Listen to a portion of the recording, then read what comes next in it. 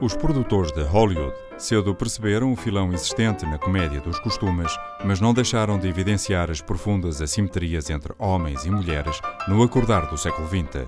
Penso que a maior parte delas vivia sem acesso à instrução que não fosse o saber, digamos, de experiência feita, por aquilo que viam junto, desde o berço até à idade adulta, no caso das raparigas, de classes mais humildes.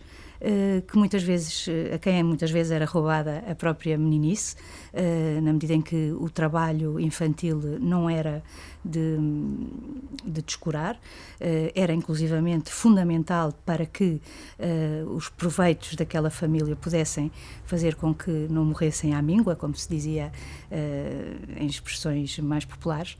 E penso também naquelas meninas que, por contingências de outra ordem, nomeadamente o facto de terem sido bem-nascidas, poderiam ter as suas institutrices, geralmente as mademoiselles, que com alguma formação lhes explicavam aquilo que era de bom tom que uma menina prendada para que depois pudesse casar soubesse fazer. São as ideias liberais que vêm agitar a vida das aristocracias europeia e americana. À igualdade de oportunidades deve corresponder a igualdade de condições. O desenvolvimento industrial arrasta multidões de trabalhadores rurais para as cidades à procura de melhores condições de vida, mas nem sempre se concretizam os sonhos dos migrantes. À escassez da habitação e da educação, junta-se o trabalho precário, o analfabetismo e a tomada de consciência das grandes assimetrias sociais. É neste contexto que se formam os primeiros partidos políticos virados para a revolução social, lutando por uma melhor distribuição da riqueza e maior igualdade entre todos os cidadãos.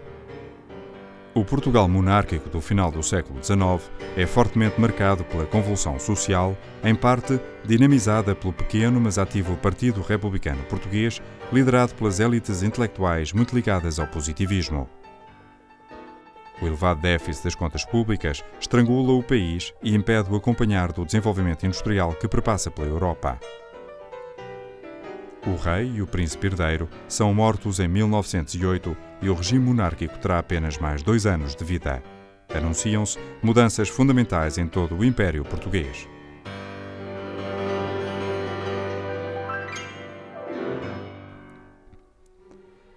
Mais atentas aos sinais de mudança, algumas mulheres instruídas, mas oriundas de diferentes partes do país, dão início à Liga Republicana das Mulheres Portuguesas, ainda durante o final da monarquia. O que é que isto nos faz pensar? Faz-nos pensar que, de facto, Lisboa encontrava, na altura, nas vésperas da Revolução, espaço para acolher mulheres oriundas de vários espaços do país. Quem patrocina a Fundação da Liga Republicana é o Magalhães Lima, é o António José de Almeida e o Breno Machado. E patrocinam a Fundação em 1908, em agosto de 1908. Quem vai pertencer à Liga são mulheres identificadas com o ideal republicano. Maria Veleda, nascida na cidade de Algarvia de Faro, filha de um comerciante e professora de instrução primária. A alentejana Adelaide Cabete, trabalhadora da indústria da ameixa, analfabeta até aos 18 anos e médica na idade adulta. Ana de Castro Osório, nascida em Mangualde, filha de um magistrado e apreciador de literatura estrangeira e precursora da literatura infantil portuguesa. E a outra beirã, Carolina Beatriz Ângelo, de origens francamente modestas, mas muito determinada, torna-se pioneira na cirurgia portuguesa e especialista em ginecologia. Estas mulheres mudam as suas vidas porque possuem um elevado grau de liberdade de pensamento e de autonomia em relação aos costumes impostos por uma tradição fortemente marcada pelo catolicismo, a religião oficial do reino, e arrastam consigo, logo numa primeira reunião, mais de 100 de novas militantes. Também não é de admirar que muitos intelectuais republicanos se refugiem em organizações secretas ou discretas como a maçonaria, para aí poderem debater livremente as suas ideias. Portanto, não é por acaso, quando me pergunta se esta adesão das mulheres à maçonaria tem uma razão de fundo, a razão de fundo é o militarem, o acreditarem na ideia, a ideia da mudança, de progresso e deste novo ideal de que elas próprias são instrumento. Desde 1907 que as principais líderes da Liga das Mulheres foram iniciadas na maçonaria portuguesa pela mão de Magalhães Lima, grão-mestre do Grande Oriente Lusitano Unido. Fundam a Loja Humanidades, o grupo feminino mais proeminente na atividade maçónica e política pela implantação da República. Se nos questionamos porquê esta ligação, quer dizer, começamos a ver que também a forma como elas chegaram até Lisboa, José de Castro, grão-mestre adjunto, que é quem vai dar a ordem para que a encomenda das bandeiras verde-rubras que elas próprias vão executar num prazo máximo de 24 horas e que o fazem sem querer recorrer à ajuda de mais ninguém, dizem elas por uma questão de deixar assegurada a confidencialidade desta nobre missão, deixa de fora Ana de Castro Osório. Talvez não, por isso ou não, mas sabemos que há um percurso mais atribulado adiante na Liga Republicana das Mulheres Portuguesas, a que elas todas pertenceram, em que Ana de Castro Osório e Adelaide Cabete se travam de razões, digamos, e numa das atas conseguimos ler que as razões têm a ver com o ser mais feminista ou mais republicana. Portanto, a Liga, em primeiro lugar, a primeira aspiração é a República. Depois, a segunda é mudar, alterar o Código Civil. O Código Civil, que era de claramente influência napoleónica, era muito penoso para as mulheres, sobretudo para as mulheres casadas, curiosamente. Ou seja, a primeira grande reivindicação a seguir à implementação da República era a alteração do Código Civil. A outra grande reivindicação é a aprovação da lei do divórcio. A regulação da vida privada em Portugal no início do século XX está ainda dependente da Igreja Católica, a qual registra nascimentos e óbitos e ainda celebra o matrimónio, única forma de validar o casamento. Contudo, como o homem não separa o que Deus une, todos os casais desavindos veem-se impedidos de poder reconstruir as suas vidas, penalizando-se com isto, sobretudo, as mulheres.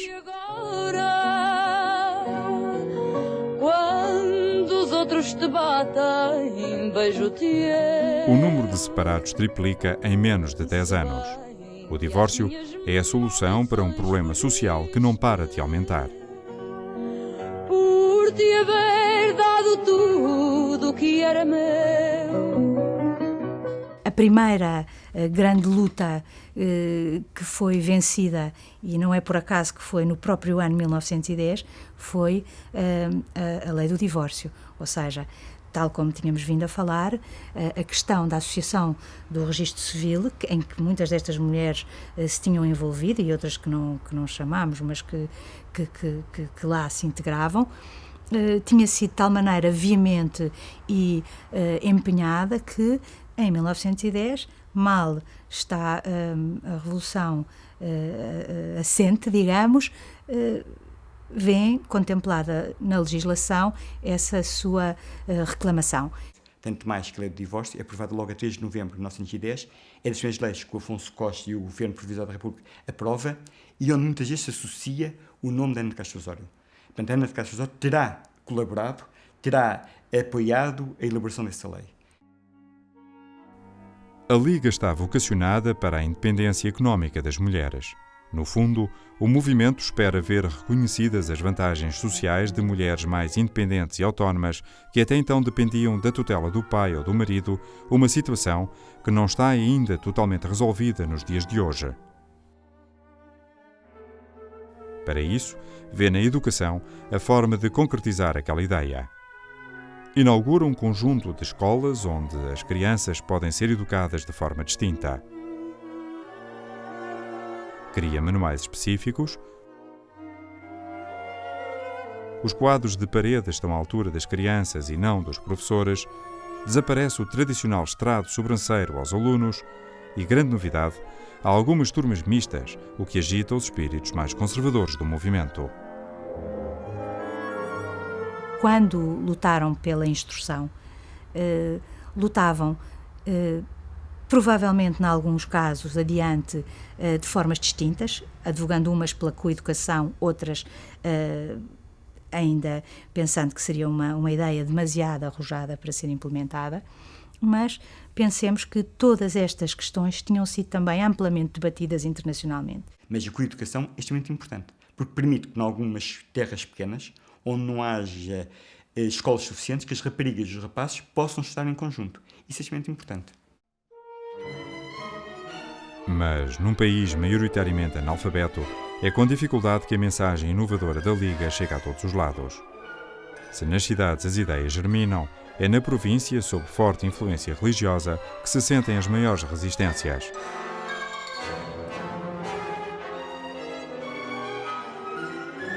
Portanto, 80% das mulheres eram analfabetas. E daí que, muitas vezes, a Liga só pudesse chegar a uma elite. Embora, ao fomentar a instrução feminina, procurou chegar a classes mais favorecidas, facultando-lhes o acesso às escolas por elas fundadas. As raparigas começam a estudar, ou começam a poder estudar, com mais facilidade, e facilidade entre aspas, nesta época. Há aqui uma preocupação nas escolas, dos centros escolares republicanos, e mesmo nas escolas de Lisboa, de facultar aulas às raparigas. Facultar a escola primária às raparigas.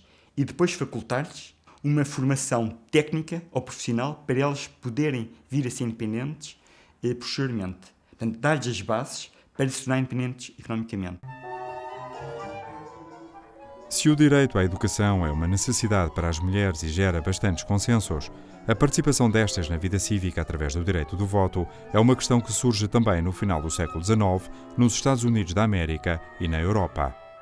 Por cá, a discussão em torno do voto das mulheres aparece com a Revolução do 5 de Outubro, mas vai abrir brechas que, a pouco e pouco, vão esboroar o movimento feminino.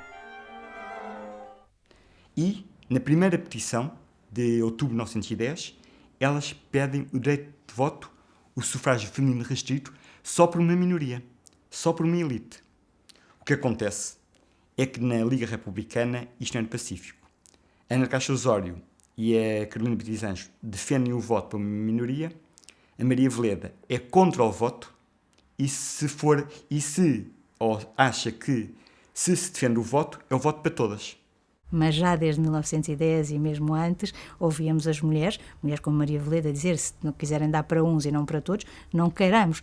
Portanto, numa atitude mais determinada de rejeitar liminarmente só as conquistas às metades. Outras mais moderadas, dizendo não, ainda que seja o voto parcial, vamos aproveitar este, porque temos que fazer caminho.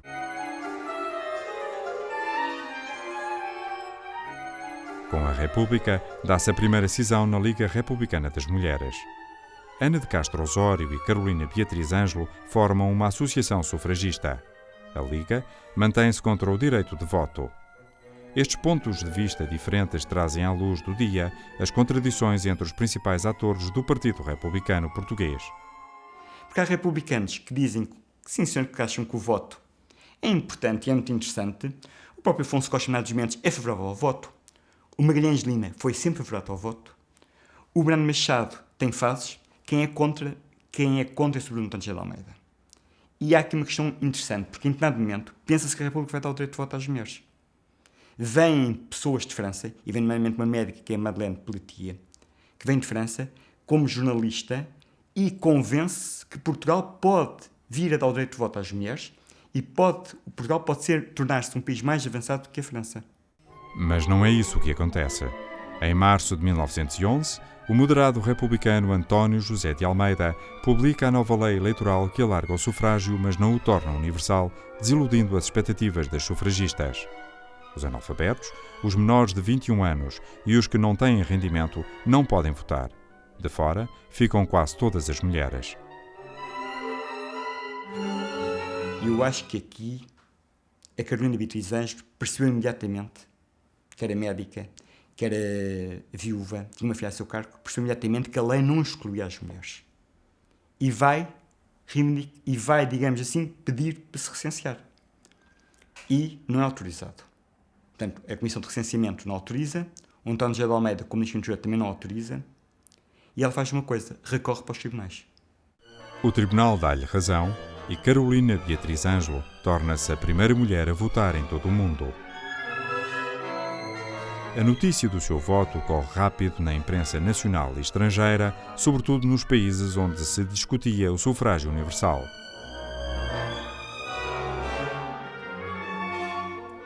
Mas aquilo que podia ser o início da participação cívica de mais de metade da população cai por terra com os sucessivos avanços e retrocessos do projeto republicano. 1913 é que é, digamos, a machadada final, porque é aprovada uma lei que exclui taxativamente que as mulheres não podem votar. Os líderes republicanos temem que o voto feminino seja manipulável pelos sacerdotes, sobretudo nas zonas rurais, onde exercem uma forte influência. E comparam-se as mulheres quase aos loucos, aos analfabetos. Portanto, a mulher não pode votar. E em 1913, digamos, é o fim das aspirações, ou é o fim de um sonho, de certa forma.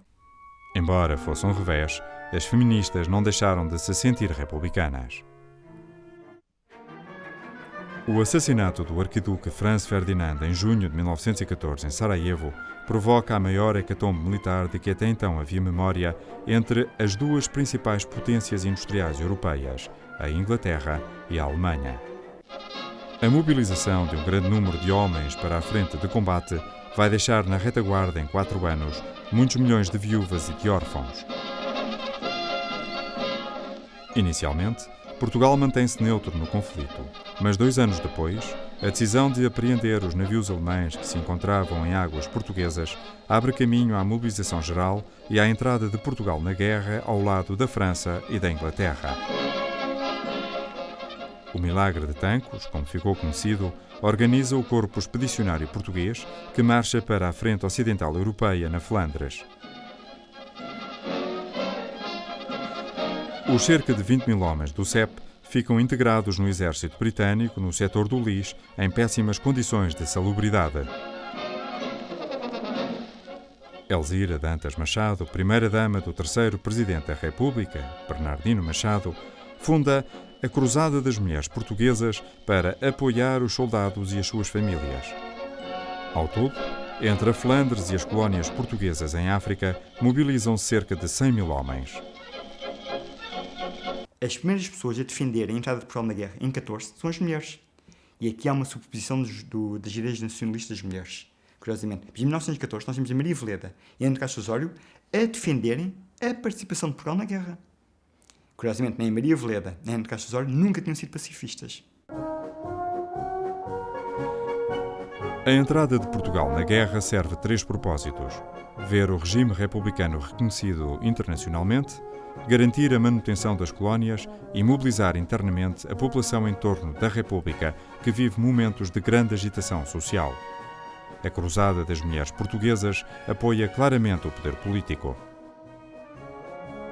Mas o seu envolvimento vai bastante mais além. Promove cursos de enfermagem destinados a preparar enfermeiras para tratar os muitos milhares de feridos. Muitas destas enfermeiras participam nos hospitais do Corpo Expedicionário na Flandres e os mutilados são também acompanhados pela Cruzada. Mas, na madrugada de 9 de abril de 1918, cerca de 8 divisões alemãs, colocadas em linha com a frente do setor português, preparam-se para riscar do mapa a primeira divisão do CEP. Os combates duram até ao dia seguinte e os portugueses cumprem a ordem retórica de Richard Haking de morrer na linha B. Há cerca de 7 mil baixas na primeira divisão, mas os alemães não passaram o Lis, deitando por terra uma tentativa de volte-face no curso da guerra. Com o armistício, chega também a dureza dos números. Uma em cada 13 famílias portuguesas tinha sido diretamente atingida pelo conflito. Os 285 órfãos de guerra são tutelados pela Cruzada, que lhes garante abrigo e educação primária e trata de lhes arranjar emprego compatível com as suas aptidões. É muito curioso ver como é que as mulheres naquela altura tinham alguma consciência e capacidade de intervenção e que nós hoje em dia não conhecemos isso. E, portanto, há aqui um conjunto de, 2.000 mulheres que vão, umas mais visíveis, outras menos visíveis, que vão intervir na luta política e que vão defender as suas causas, mas com algumas diferenças entre as líderes.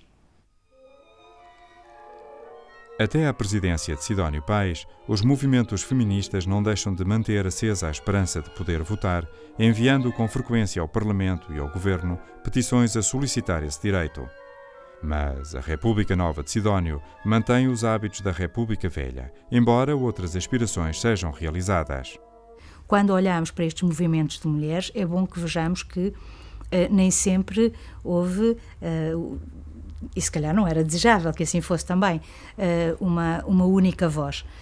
O que me parece é que conseguiram ultrapassar essas pequenas dissensões em prol de um bem maior, que era de facto o progresso e este ideal de emancipação feminina, porque elas se batiam fortemente. A Liga Republicana das Mulheres Portuguesas irá desaparecer em 1919, mas ajudou a cumprir um ideal. De certa forma, os anos 20 são os anos de ouro do feminismo português, porque temos representantes em congressos internacionais e temos realizados em Portugal congressos com importância, com apoio de alguns republicanos.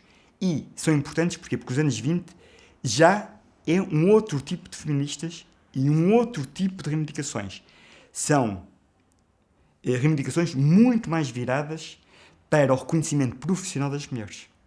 Já não é tanto a questão política, já não é tanto a questão religiosa, é sobretudo a questão profissional e económica das mulheres e a questão legal. A República trouxe o progresso no ensino e o ensino para as mulheres. Separou o Estado da Igreja, abrindo o caminho para o divórcio, e com isso muitas famílias puderam reconstituir-se e muitos filhos puderam ver reconhecida a sua legitimidade. Equilibrou as finanças públicas até 1914, reconheceu o direito à greve e à existência de sindicatos e regulou os horários de trabalho.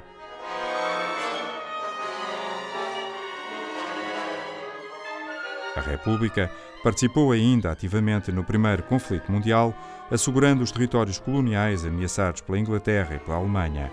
Alterou o Código Civil e reconheceu iguais direitos ao homem e à mulher.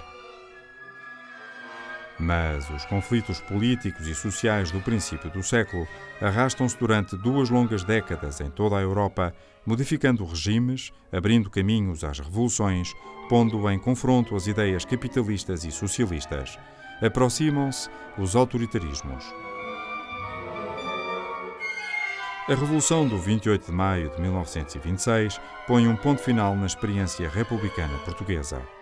Suspende a Constituição de 1911, dissolve o Parlamento, instaura a censura, proíbe as greves e os sindicatos e os partidos políticos. Durante 7 anos, agudizam-se os conflitos com revoltas militares sucessivas fortemente reprimidas. Os tribunais militares especiais julgam e deportam muitas centenas de opositores à ditadura. As mulheres republicanas, muitas delas professoras, vão protagonizar o apoio aos presos políticos, aos exilados e imigrados, dando a cara por um movimento solidário sofrendo o afastamento do ensino. A ditadura militar é precursora do Estado Novo, que regulará a vida portuguesa durante mais de 40 anos. Se não há um retrocesso puro e simples, é pôr água na fervura. E o pôr água na fervura, muitas vezes, é pior do que parar. É mesmo catapultar para trás, não é? Num efeito perverso. Por um lado, trouxe retrocessos, nomeadamente, por exemplo, relativamente à aquisição do divórcio e a questões do direito civil, em que, de facto, a lei passou a ser muito mais... Já era restritiva, mas passou a ser muito mais restritiva. E por outro lado, trouxe algumas vantagens, que foi, fundamentalmente, o direito de voto para algumas mulheres, ou seja, para as mulheres chefes de família, com rendimentos próprios, com cursos superiores... e que puderam passar não só a votar, mas também a ser eleitas, o que na altura foi extremamente importante.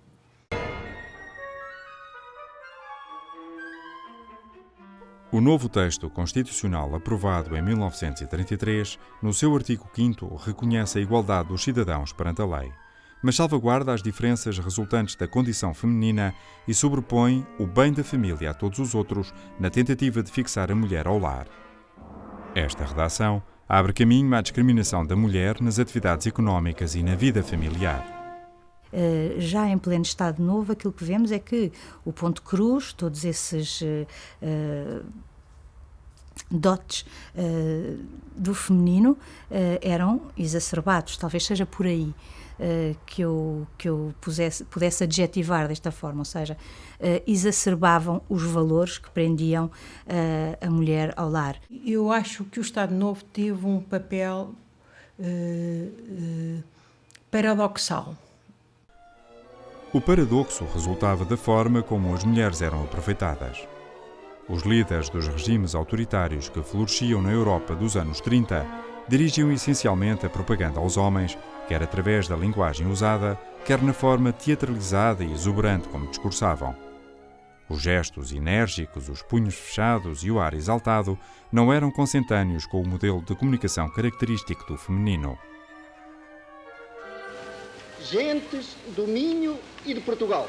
Salazar, pelo contrário, usa um tom de voz quase sussurrado, apresenta-se publicamente com sobriedade, seduzindo com facilidade a figura feminina, fenómeno que o acompanha ao longo de quase todo o seu mandato.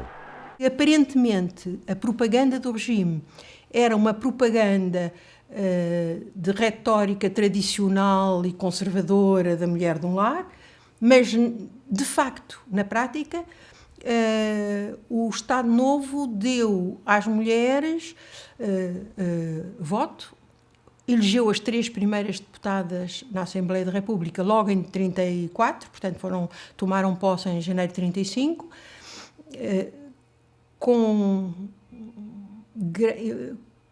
eu devo dizer que eu acho que as mulheres republicanas que eram vivas na época devem ter olhado para aquilo e olharam para aquilo porque a gente sabe com um desgosto enorme de ser uma ditadura que lhes dava aquilo pelo qual elas tinham lutado tanto. As primeiras mulheres eleitas são Domitila de Carvalho, Maria Cândida Parreira e Maria Guardiola, todas elas eleitas pelas listas da União Nacional, o único partido autorizado pelo Estado Novo. Maria Guardiola será ainda vice-presidente da Obra das Mães pela Educação Nacional e comissária da Mocidade Portuguesa Feminina, criada em 1937 por Francisco José Nobre Guedes, simpatizante do nazismo e que se inspira na juventude hitleriana para fundar a Mocidade Portuguesa. Através da propaganda e da educação, o Estado tenta modelar precocemente os espíritos das jovens, promovendo atividades que possam corresponder ao modelo de mulher pensado pela ideologia autoritária do salazarismo. As jovens devem desenvolver o gosto pela vida doméstica para melhor desempenharem o papel da mulher na família. O que nós vemos é que não é por isso que as mulheres deixam de querer capacitar-se profissionalmente, o acesso ao trabalho não lhes é vedado. Continuamos a verificar que em alturas depois do casamento, muitas delas deixavam de ter possibilidade de ingressar por uma via profissional. Vemos casos episódicos a tentarem se ingrar, mesmo recusando o casamento. É nesta altura que assistimos a uma série de novas profissões em que as mulheres se podem também lançar, mas como vemos os dados continuam a ser absolutamente irrefutáveis, ou seja, quantas mulheres poderiam, como Helena Guimarães, bater-se nos jornais pela igualdade e pela emancipação. O Estado Novo deu muito espaço às mulheres na função pública, deu espaço às mulheres nos movimentos políticos, a Obra das Mães foi extremamente importante em Portugal na movimentação das mulheres e na mobilização política das mulheres, a Mocidade Portuguesa Feminina, os movimentos de creches que eram também apoiados pelo Estado, mas que eram mobilizados pelas mulheres. Portanto, houve de facto uma capacidade do Estado de perceber que tinha um potencial muito grande na base das mulheres. Apesar dos esforços republicanos para diminuir a importância do catolicismo entre os portugueses, o facto é que a sociedade se mantém profundamente católica e acentua essa característica durante todo o Estado Novo. O núcleo familiar era a base de uma tríade constituída por Deus, Pátria e Família. A mulher, a mãe, era essencial à propaganda e à manutenção do regime. O Deus, Pátria e Família fazia com que a ordem fosse exatamente essa, e não necessariamente má, mas aquilo que fazia era com que o descrédito total para a mulher que quisesse aventurar-se por caminhos que não fossem os consentâneos a esta regra. Há algumas profissões que são vedadas às mulheres, como a magistratura, ou que as impedem de exercer se são casadas, como a das enfermeiras. A mulher casada vê-se sujeita à determinação do marido, sempre cabeça de casal, o qual a pode impedir de trabalhar se encontrar razões para o fazer. A abertura de contas bancárias e a participação em sociedades comerciais estão também condicionadas à vontade do marido.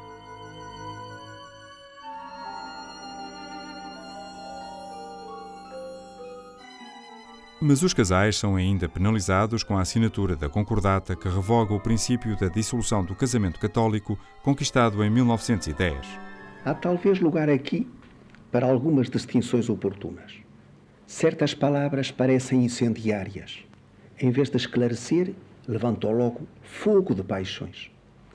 É o caso da palavra separação.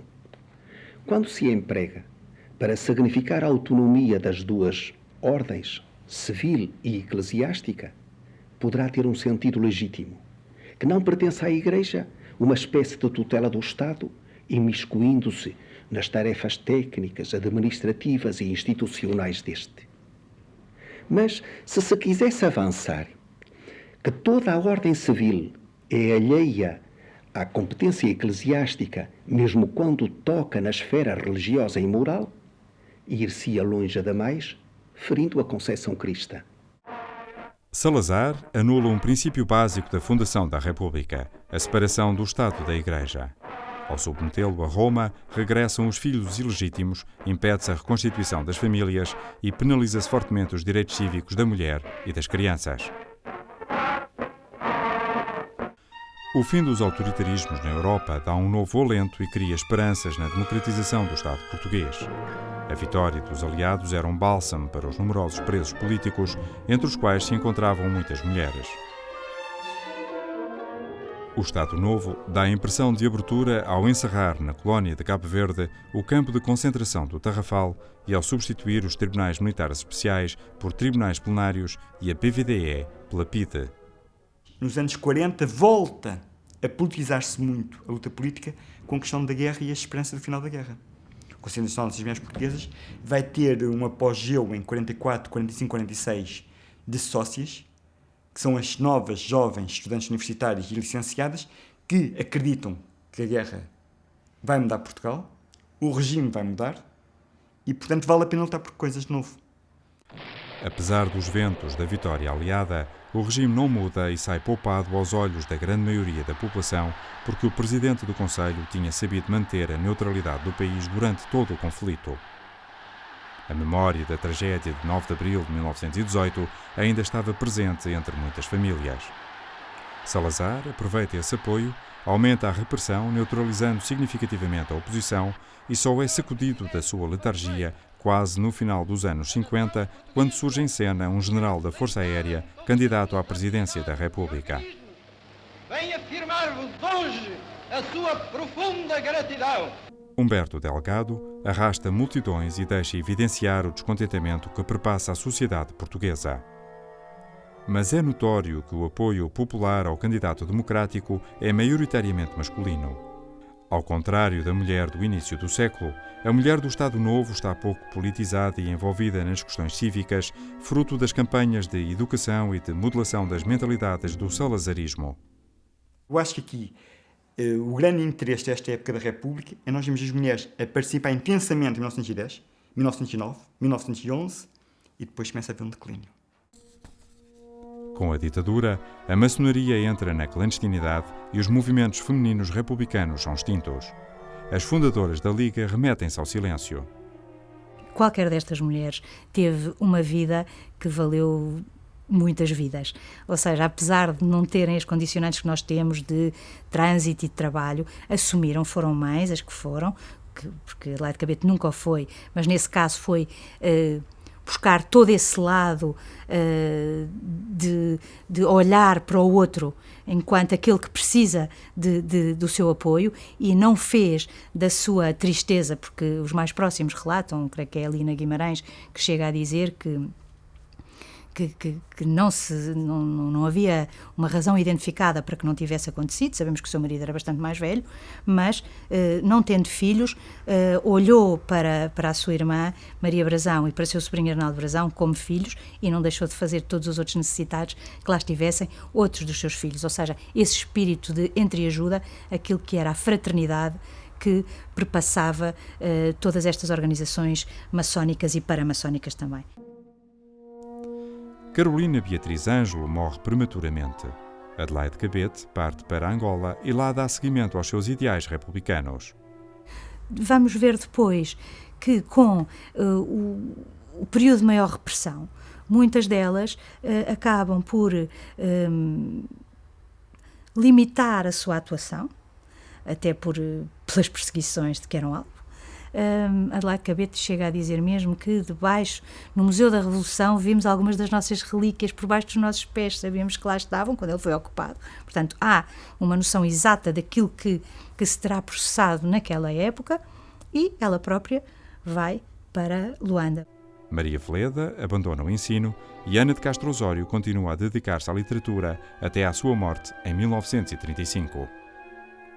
Vemos que tudo aquilo que eram campanhas que tinham sido feitas ao longo do republicanismo, não que a República tenha consignado e tenha conseguido trazer tudo o que eram as aspirações dessa ideia de República e desse sonho de República no final, mas foi suficiente para alimentar toda esta centelha de vida que animou estas mulheres, como vimos, e estes homens que se bateram dando as suas vidas para que isso acontecesse.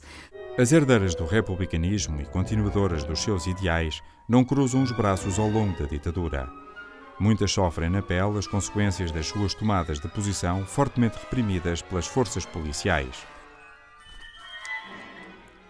Mas a grande maioria das mulheres, e por não dizê-lo, dos homens também, está silenciada, e apenas uma pequena parte, normalmente ligada às elites, apoia efetivamente Salazar, porque as grandes manifestações de apoio popular são encenadas pela propaganda e a imprensa está controlada pela censura.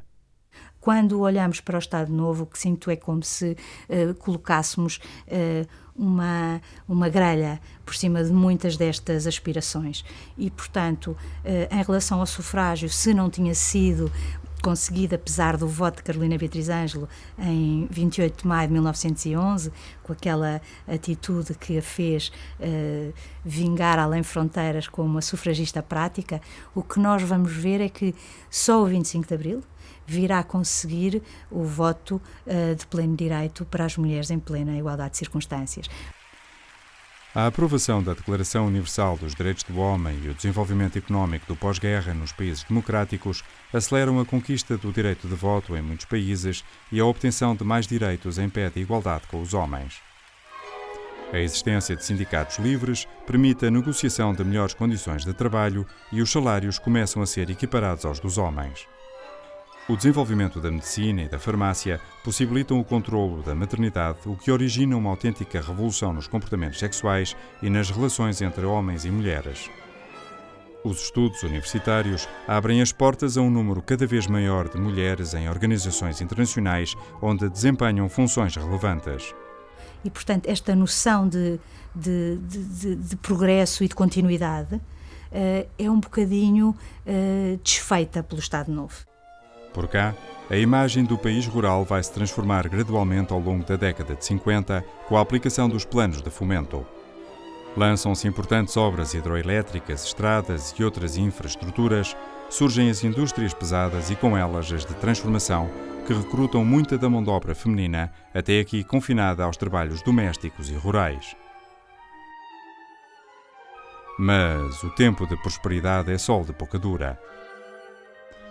Em África, os movimentos independentistas dão início às suas atividades militares que mergulharão o país numa guerra de 3 frentes durante 13 anos e que vai provocar um desgaste irreversível no regime e nas famílias. Milhares de soldados são mobilizados e despedem-se no cais de Alcântara sob o olhar angustiado das suas mães. O regresso, sempre saudado entre lágrimas, nem sempre é acompanhado pelo esperado abraço. Outros jovens vão desertar, fugindo em direção às democracias europeias que viviam um momento de grande desenvolvimento económico e que precisavam de mão de obra. Ou seja, pela primeira vez em Portugal, a imigração não foi só uma forma de sonho de que se iria ganhar muito dinheiro. Alguns ganhavam, mas a grande maioria não ganhava. No fundo, era mais um alívio do que outra coisa. A partir dos anos 60, de facto, a imigração começou a ser rentável. As remessas crescentes de dinheiro dos imigrantes ajudam ao aumento do consumo e também à modernização das mentalidades. Muitas mulheres acabam por abandonar a província e acompanhar os seus maridos à procura de melhores condições de vida, transformando-se com a imigração. E, portanto, a mulher abriu-se de uma maneira muito grande, porque os homens imigravam e ficavam entre eles. Quer dizer, os homens não, na maioria, não aproveitavam nem devolviam ao país aquilo que viviam lá. Enquanto que as mulheres integravam-se, até pelos trabalhos que tinham, que eram empregadas domésticas e que eram porteiras, etc. Portanto, tinham muito contacto com os habitantes dos países, aprendiam a língua porque eram um bocado obrigadas a isso, não estavam entre elas só, viviam misturadas com os franceses ou com os alemães e de certa forma, faziam um retorno dessa sua aprendizagem e tornavam-se diferentes. As mulheres mudavam muito mais do que os homens como imigrantes. A guerra e a imigração alteram as relações de trabalho e a forma de estar da mulher na sociedade portuguesa, que se transforma rapidamente, sobretudo a partir do momento em que surge a televisão. Mas, apesar do crescente número de alunas em cursos superiores ou de mulheres na função pública, a propaganda continua a insistir no modelo tradicional da domesticidade feminina, que agora entra em casa de todos através de concursos televisivos como o da Mulher Ideal.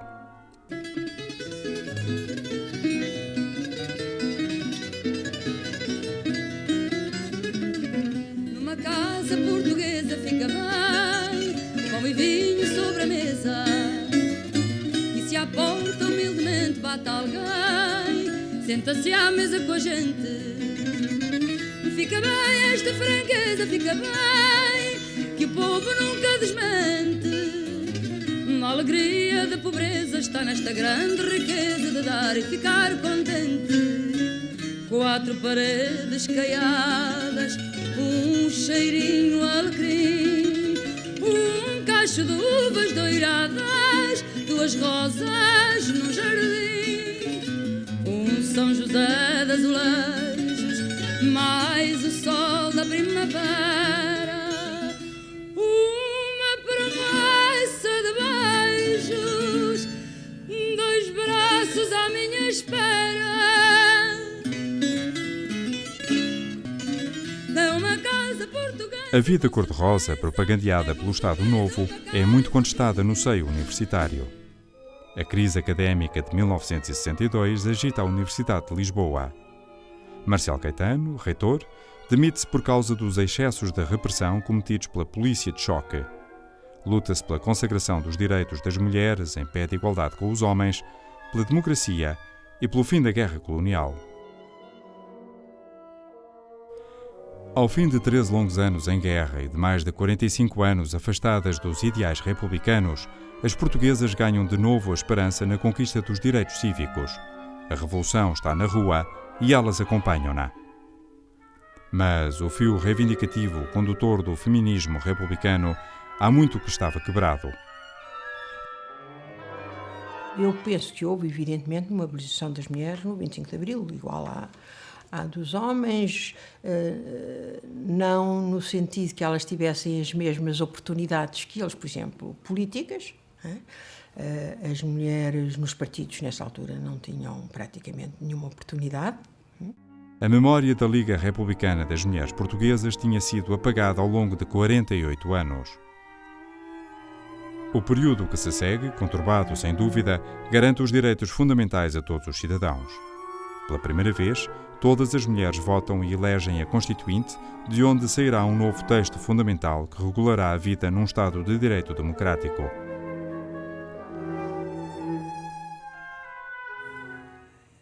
Aquilo que houve a seguir ao 25 de Abril foram movimentos feministas, mas que nunca chegaram a ter, e ainda hoje nós vemos isso, que nunca chegaram a ter a amplitude que tiveram os movimentos feministas do princípio do século. Quando olho para os momentos passados, tenho esta noção de que somos, como dizia, herdeiras de grandes mulheres que souberam que o desalento não poderia fazer a história e que, apesar de reconhecerem a derrota em determinados momentos, não se limitaram a esperar silenciosamente. Ou seja, creio que muitas das mulheres, mesmo com os princípios com que fizeram educar os seus filhos, perceberam que seria um caminho, ou seja, a escola, a educação, a tentativa de formar consciências em liberdade, para que eles pudessem eles próprios escolher e determinar as suas próprias escolhas. Parece-me muito importante. Foi longo o caminho desde aquele ano de 1908, quando um conjunto de mulheres acreditou que era possível desempenhar um outro papel na sociedade, sem contudo deixarem de ser mulheres. Eu acho que as mulheres portuguesas nunca tiveram muita coisa a reivindicar. Quer dizer, tinham, claro, se a gente vir as leis, mas foi tudo depois dado de bandeja, sabe? Não, nós não sentíamos na pele aquilo que as outras mulheres sentiam. Nunca tive... Nós tínhamos, de facto, uma força como mulheres na sociedade, que era uma força silenciosa, que era uma força individual, mas que cada uma sentia e que lhes tirava as razões a cada uma de se juntar às outras para lutar. Pelo contrário, as mulheres defendiam o seu poder próprio, o seu poder individual, o que fez com que, não, mesmo nos partidos, não há solidariedade em geral entre as mulheres. As mulheres não... É muito difícil de reivindicar em conjunto. E eu penso que isso é uma questão, como psicanalista diria que é uma questão de cultura subjetiva, de estrutura de personalidade, muito antiga e que leva tempo a mudar.